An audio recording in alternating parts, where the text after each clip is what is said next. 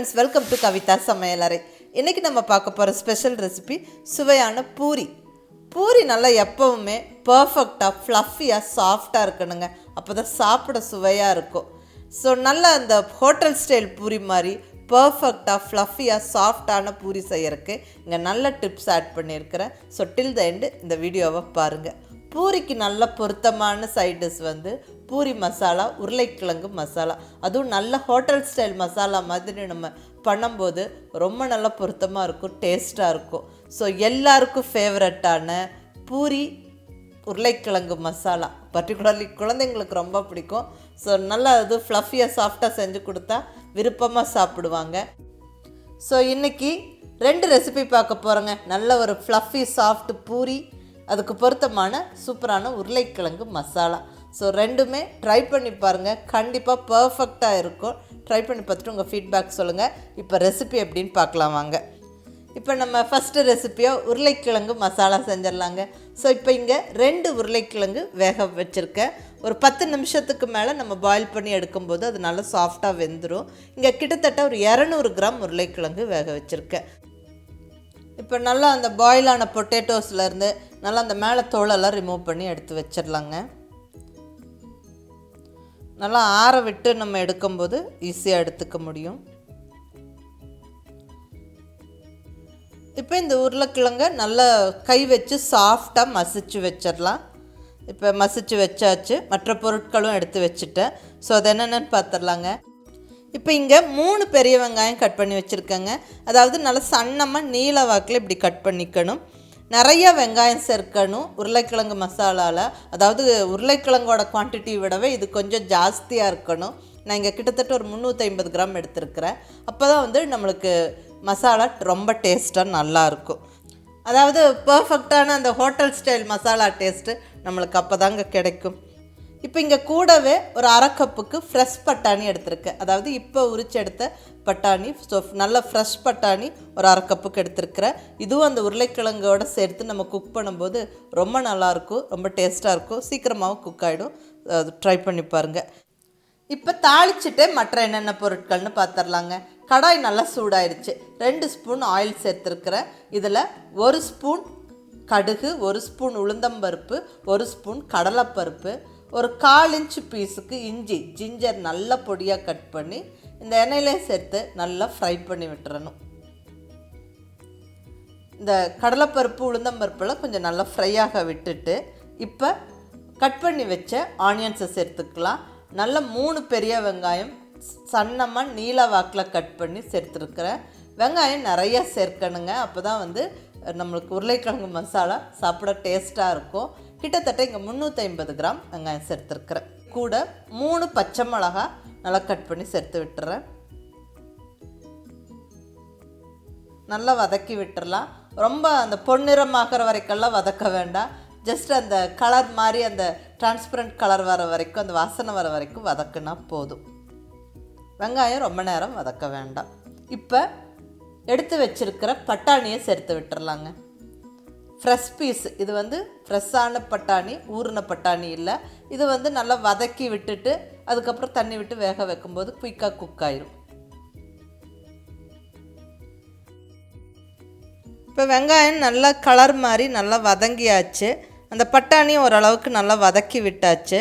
இப்போ இந்த ஸ்டேஜில் கொஞ்சமாக ஒரு 2 கொத்து கருவேப்பிலை, 1 ஸ்பூன் மஞ்சள் பொடியும் சேர்த்துக்கலாம்.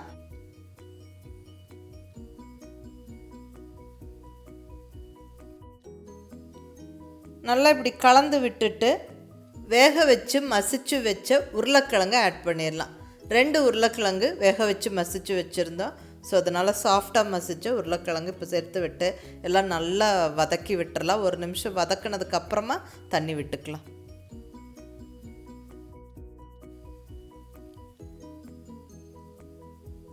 இப்போ தேவையான அளவு தண்ணி விட்டுக்கலாம். குருமா கொஞ்சம் கெட்டியாக இருந்தால் நல்லாயிருக்கும். ஸோ அதுக்கு தகுந்த மாதிரி தண்ணி விட்டு தேவையான அளவு உப்பு சேர்த்து எல்லாம் நல்லா ஒரு வாட்டி கலந்து விட்டுட்டு மூடி வச்சு ஒரு 5-6 நிமிஷம் கொதிக்க விடுவோம். கெட்டியாயிரும் குருமா. ஸோ மூடி வச்சிடலாம். ஒரு 5-6 நிமிஷம் மீடியம் ஃப்ளேமில் கொதிக்கட்டும்.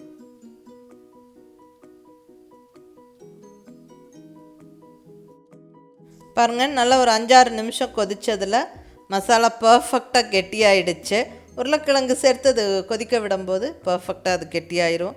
நல்ல வாசனையாக சூப்பராக இருக்குது. நம்ம சேர்த்த பட்டாணியும் ஜம்முன்னு வெந்திருக்கு பாருங்கள். நம்ம ஃப்ரெஷ்ஷான பட்டாணி தான் சேர்த்தோம். ஸோ அது நம்ம மசாலா ரெடி பண்ணுற அந்த டைம்லேயே வந்து குயிக்காக வெந்துடும் பாருங்கள். சூப்பராக ஜம்முன்னு வெந்துருச்சு. ஸோ அதை ஸ்பூன் வச்சு அழுத்தி காமிச்சிக்கிறேன் பாருங்கள். ஜம்முன்னு வெந்திருக்கு. அவ்வளோதான், நம்மளுக்கு உருளைக்கிழங்கு மசாலா நல்லா பர்ஃபெக்டாக ரெடி ஆயிடுச்சு. ரொம்ப நல்ல வாசனையாக ரொம்ப டேஸ்ட்டாக இருந்துச்சு. ஒரு கையளவு கொத்தமல்லி இலையை தூவி விட்டு கிளறி விட்டு எடுத்து நம்ம ஒரு சர்விங் பவுலில் மாற்றிடலாம். அவ்வளோதாங்க, பர்ஃபெக்டான பூரி மசாலா, உருளைக்கிழங்கு மசாலா, நல்லா ஒரு ஹோட்டல் ஸ்டைல் மசாலா ஜம்முன்னு ரெடி ஆகிடுச்சு. பூரியோட ரொம்ப நல்லா பொருத்தமாக இருக்கும். ஸோ கண்டிப்பாக ட்ரை பண்ணி பாருங்கள். ரொம்ப ஒரு சிம்பிள் ஈஸியாக முடிச்சிடலாம்.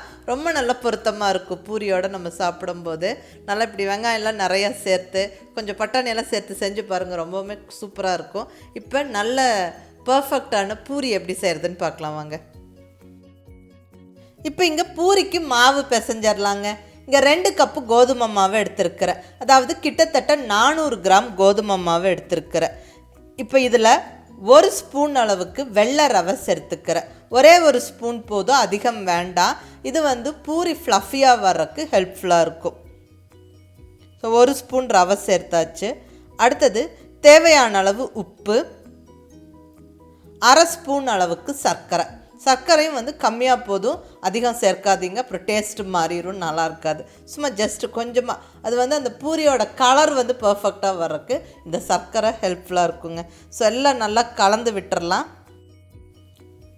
கொஞ்சம் கொஞ்சமாக தண்ணி விட்டு டைட்டாக மாவு பிசைஞ்சுக்கணும். கொஞ்சம் டைட்டாக இருக்கணுங்க, ரொம்ப டைட்டாக இல்லை, கொஞ்சம் ஓரளவுக்கு டைட்டாக இருக்கணும். அதாவது சப்பாத்திக்கு வந்து நம்ம கொஞ்சம் சாஃப்டாக பிசைவோம் மாவு, பட் இங்கே பூரிக்கு கம்பேரிட்டிவ்லி சப்பாத்தி மாவை விட கொஞ்சம் டைட்டாக இருக்கணும். பாருங்கள், இப்படி அழுத்தம் கொடுத்து பிசைஞ்சு விடுற அளவுக்கு டைட்டாக பிசைஞ்சுக்கணும், ரொம்ப டைட்டாக இல்லை, இந்த மாதிரி பக்குவத்தில் இருக்கணும். இப்படி ஒரு 3-4 நிமிஷம் நல்லா இப்படி கொஞ்சம் அடித்து பிசையும் போது அது நல்லா ஒன்று கலந்து நல்லா பிசைஞ்சிக்க முடியும். அதே மாதிரி நம்ம சப்பாத்திக்கு நல்லா ஒரு மணி நேரத்துக்கு முன்னாடியே பிசைஞ்சு ஊற வச்சுட்டு அதுக்கப்புறம் சப்பாத்தி போடும்போது ரொம்ப நல்லா சாஃப்டாக வரும். பட்டு பூரிக்கு வந்து நம்ம பிசைஞ்ச உடனே வந்து நம்ம பூரி போடும்போது தான் ரொம்ப நல்லாயிருக்கும்.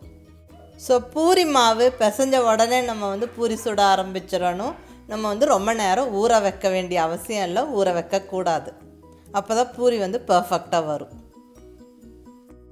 இப்போ பூரி மாவு நல்லா பிசைஞ்சாச்சுங்க. இப்போ இதிலேருந்து சின்ன சின்ன உருண்டைகளாக எடுத்து உருட்டி நம்ம வச்சிடலாம்.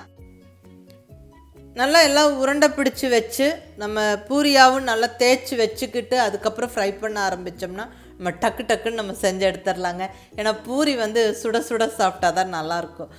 ஆல்ரெடி நம்மளுக்கு பூரி மசாலா ரெடியாக இருக்குங்க.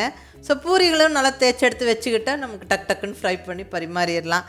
இங்கே பூரி தேய்க்கிற கொஞ்சமாக எண்ணெய் தடவி விட்டுட்டு நம்ம தேய்ச்சிக்கலாங்க. அப்போ தான் பர்ஃபெக்டாக தேய்ச்சி எடுக்க முடியும். மாவில் புரட்டி நம்ம தேய்ச்சோம்னா நம்ம ஃப்ரை பண்ணுற ஆயில் வந்து வேஸ்ட் ஆயிரும். ஸோ எண்ணெய் தடவி விட்டு தேய்க்கிறது தான் பெஸ்ட்டு பூரிக்கு நம்ம தேய்ச்சி எடுக்கும்போது.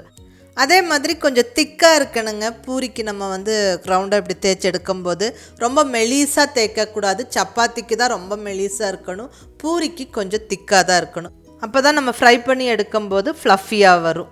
ஆல்மோஸ்ட் ரவுண்டாக தான் இருக்குது, பட் இருந்தாலும் நல்லா பர்ஃபெக்ட் ரவுண்ட் ஷேப் வர்றதுக்கு இப்படி ஒரு டவரா வச்சு நான் அதை கட் பண்ணி எடுத்துக்கிறேன். ஏன்னா நம்ம எல்லாமே ஃப்ரை பண்ணி எடுக்கும்போது ஈவனாக ஒரே சைஸில் இருக்கும்.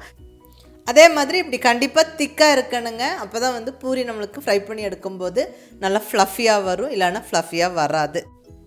இப்போ பூரி ஃப்ரை ஆகிறதுக்கு ரெடியாக இருக்குங்க. இங்கே எண்ணெயும் நல்லா சூடாகிடுச்சு. ஹை ஃப்ளேமில் வச்சு நல்லா எண்ணெய் சூடு பண்ணிக்கணும். நல்லா வந்து சூடாக இருக்கணும் எண்ணெய். அதை செக் பண்ணுறதுக்கு ஒரு சின்ன பீஸ் வந்து போட்டு பார்க்குறேன். போட்ட உடனே மிதந்து அது ஃப்ளோட் ஆகி மேலே வந்துச்சுன்னா எண்ணெய் வந்து பர்ஃபெக்டாக நல்லா சூடாக இருக்குன்னு அர்த்தம். கண்டிப்பாக வந்து ஹை ஃப்ளேமில் வச்சுக்கிட்டு நீங்கள் பூரி போட ஆரம்பிங்க. ஸ்டவ்வை வந்து குறைக்க வேண்டாம். ஃப்ளேமை குறைக்காமல் ஹை ஃப்ளேம்லேயே நம்ம சுட்டு எடுக்கும்போது தான் நல்லா போட்ட உடனே புஷ்ஷுன்னு நல்லா ஃப்ளஃபியாக வருங்க. பாருங்கள், நல்லா ஃப்ளஃபியாக வந்துருச்சு. பர்ஃபெக்டான கலர்லேயும் இருக்குது. ஸோ சூப்பரான பூரி ரெடி ஆகிடுச்சு. நல்லா ஜம்முன்னு ரெடி ஆகிடுச்சுங்க. கண்டிப்பாக வந்து மாவு திக்காக திரட்டிக்கணும், நல்ல எண்ணெய் சூடாக இருக்கணும். அப்போ வந்து 100% பூரி நல்லா ஃப்ளஃபியாக வரும்.